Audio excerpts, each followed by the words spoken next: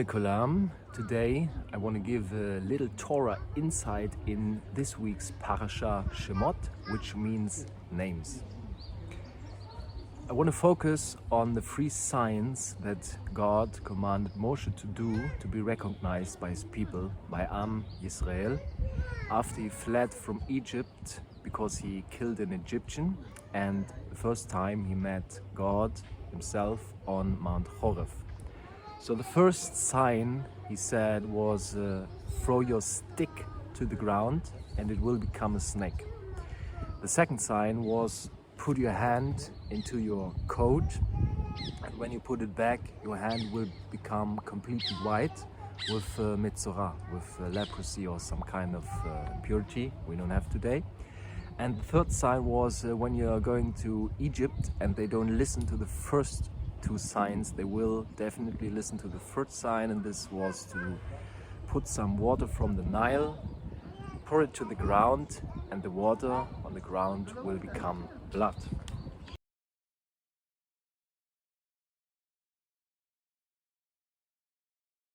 So if we take a look at the first sign, so the snake, the symbol of the snake, we find this first in Gan Eden, in the Garden of Eden, when the snake tempted Eve to eat from the tree that God commanded not to eat from the tree. So the snake is always connected to temptation.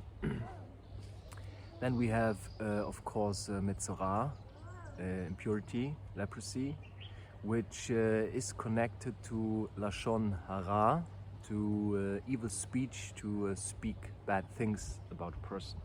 And the first sign, blood, is obviously connected to bloodshed, and bloodshed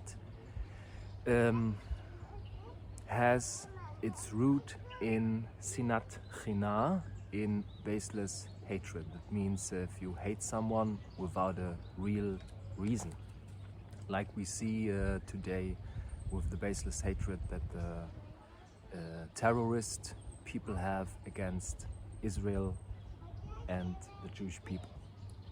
So the first sign, the snake, is also connected to idol worship, because the biggest temptation in this world is the temptation of not to obey the voice of God or to worship Him, and to worship some stupid idol things like they did in ancient times, made of wood or gold or bronze or something else.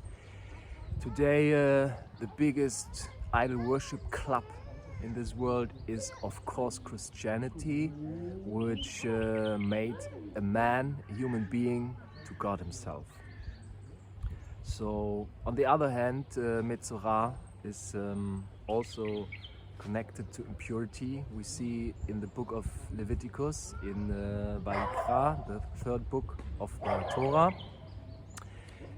After we read about the Korbanot, we have a whole portion about impurity, how you get impure by eating some impure things, by sexual impurity, and the whole chapter, the middle of the book of Leviticus, is a whole summary of laws of impurity, which has a physical component, like we see with the white hand, the Metzora, but also has a spiritual connection with being impure by your words, you say, as we mentioned, Lashon Hara, or even as the New Testament mentions, the things that come out of your mouth, that is what makes you impure.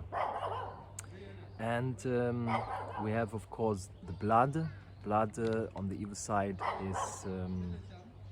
stands for violence. We have today in the world a lot of violence, murder. When the people of Israel, when Am Yisrael came out of Egypt, they shortly after they crossed the Red Sea, they settled down, and when Moshe went to Har Sinai, they made the golden calf. So the building of the golden calf, obviously idol worshipping in the worst way after they met God and heard of all the miracles and saw all the miracles. So the building of the golden calf is connected to the 9th of Av, the fast day when the temple, both temples were destroyed. So then we go on with reading the story, and we see the story of the spies. When the spies, 12 spies from the 12 tribes came into the land of Israel the first time, and they had to spy out the land, and they came back with what? With a bad report. So we have the element of Lashon Hara, because they gave a bad report. 10 of the 12 spies gave a bad report about the land of Israel, so we have the element of Lashon Hara.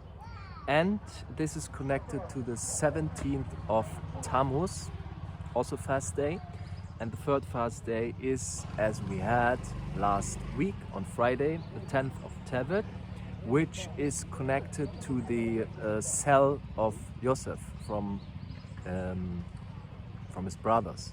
So first they wanted to kill him, and then they decided not to kill him, but to throw him in a pit and to sell him. So we also see after they sold him, they dipped his coat, a colorful coat he received from his father, into blood of a goat. So we have also here the element of blood.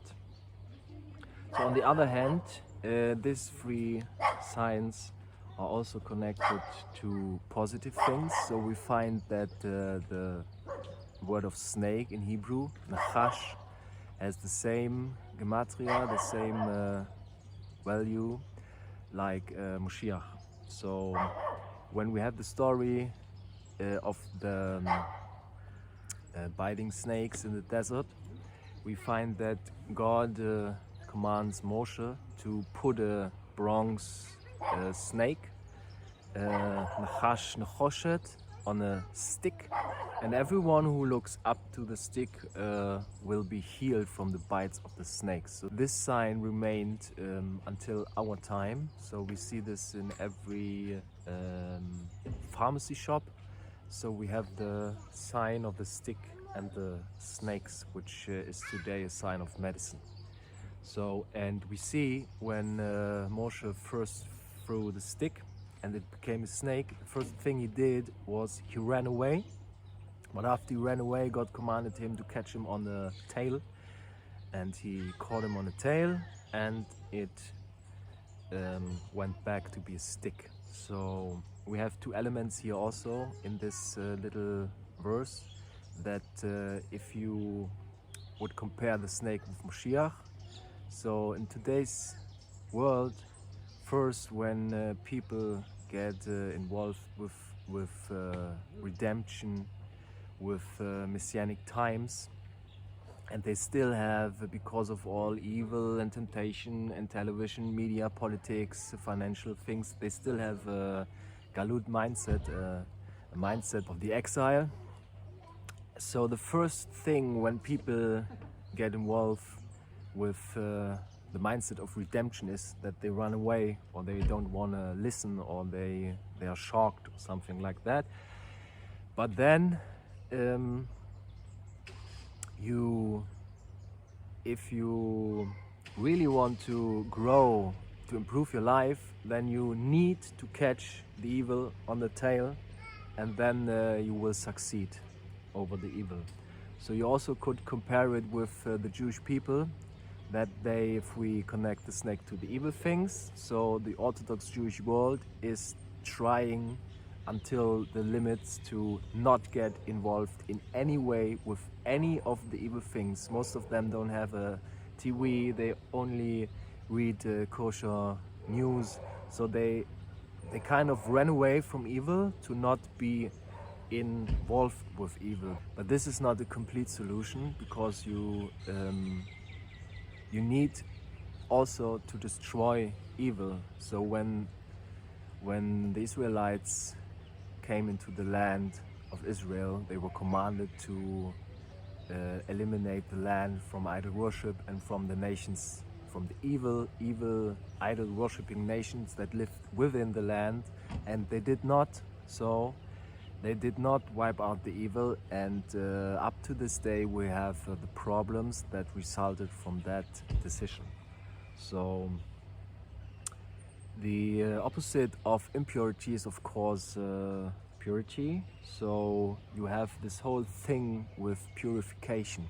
If you would say that you could also connect the snake with tshuva, you know, that when someone who never was involved with Torah, with the truth, and at some point of his life he makes tshuva, and this can also mean not the literary meaning of tshuva, to coming back to God, but also some process before that. You are at the point of your life where you want to change and you want to do something different, and then you start your journey, and in this journey you have the purification. You know, like Patrick always says, the only thing that is constant is purification. So we are still in a purification process where everyone has to go through. So, and then the last thing, blood. So if you want to have an atonement, you know, we see this in the Bible with a lot of korbanot, with a lot of sacrifices, and atonement has always to do something with blood.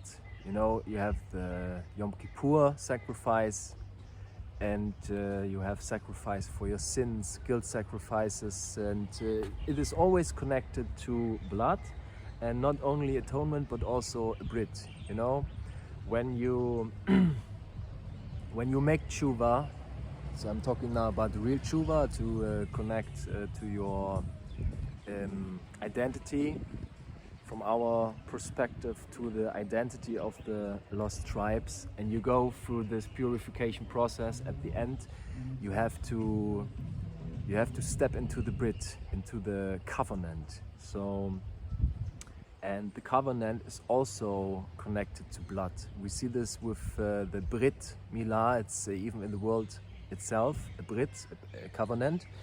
So the circumcision, you have blood. And if you get married and you're marrying a virgin, you also have the element of blood. And when we see in the miracle or in the sign that God commanded to Moshe, he should take the water. Water stands for Torah, for wisdom, and he should pour it on the dry land, which means someone who's dry, who has no Torah, who has no wisdom, who has no truth. So he's probably a sinning person. And then on the dry land, if you take the water, if you take the Torah and give it to the sinner, it will become to blood. So blood is not only it's a bad thing, but it's also a sign of life, because we see that there's a big commandment not to eat any kind of blood if you eat an animal, because it's written that the soul is in the blood. So we have here the element of life. And yeah, that's it. This is that are the 3 signs we read in this week's Parasha. I hope you got a little insight in this, and I wish you Shabbat Shalom, and hopefully we see us next week. Bye.